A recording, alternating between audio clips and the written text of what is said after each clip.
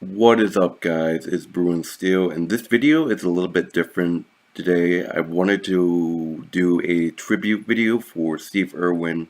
Steve Irwin was a TV host for The Crocodile Hunter, and I'm a little bit late. He had died of a stingray attack, piercing his heart, and he bled to death on September 4th, 2006, and I wanted to do this video because Steve Irwin was one of the people that I looked up to, and he was just an awesome TV show. The Crocodile Hunter, in my opinion, was the shit. I really liked his shows, and he was just an amazing person, and he was amazing with animals, and around the world he just shows that some animals can be your friends, some animals can be not. And he had a stay in Australia. He had a home in Australia Zoo. He had a wife, Terry. Terry Irwin was in most of his documentaries, and he has two children, Robert Irwin and Bindi Irwin. They're actually all grown up right now. Terry has grown older, so it's just the case. Steve Irwin.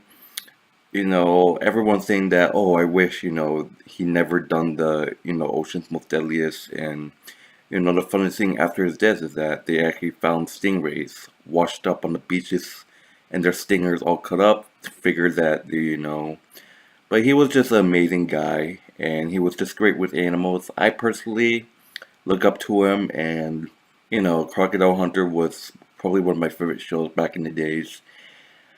And it's a tragedy that he died, and everyone's was, surprised.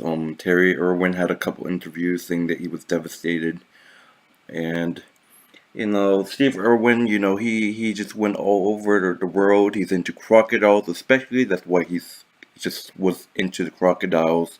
He will get into snakes, and he will be interested in all sorts of wildlife. And it's a tragedy that he died. Apparently it was the Ocean's Most Deadliest documentary. They actually filmed him getting stabbed by the stingray, but millions of copies of the recording actually got destroyed. So they do have the Ocean's Most Deadliest documentary up on YouTube, but they just barely can't show the moment when he got stabbed with the piercing stingray, pierced in the heart by the stingray. Millions of copies were actually destroyed, and he was rushed to the hospital, and medical staff pronounced him dead. And this is just a tragic story, and the Crocodile Hunter will be missed. And yeah, that's pretty much it. And he had a fantastic life, and that's his daughter right there. That was when she was a little bit young. When I was watching his shows, I saw his little daughter walking around. Honestly, to be honest, I didn't realize he had a son because I didn't see his son in any documentary.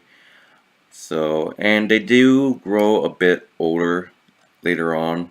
In fact, they're both still going in their father's feet, so they both want to be a zoologist, maybe have their own TV show, I don't know. And the picture coming up, yep, that's, there's Terry Irwin on the left, they're all grown up, Robert Irwin on the right, and, Bindi Irwin in the middle. They say that they're actually still in Australia Zoo doing stuff, and maybe doing their own, you know, talk show and stuff like that. But anyways, that's what I have today. My thoughts and prayers go out to Steve Irwin. It's just terrible. And Steve Irwin was just always that person I look up to, and he was just an amazing person. So yeah.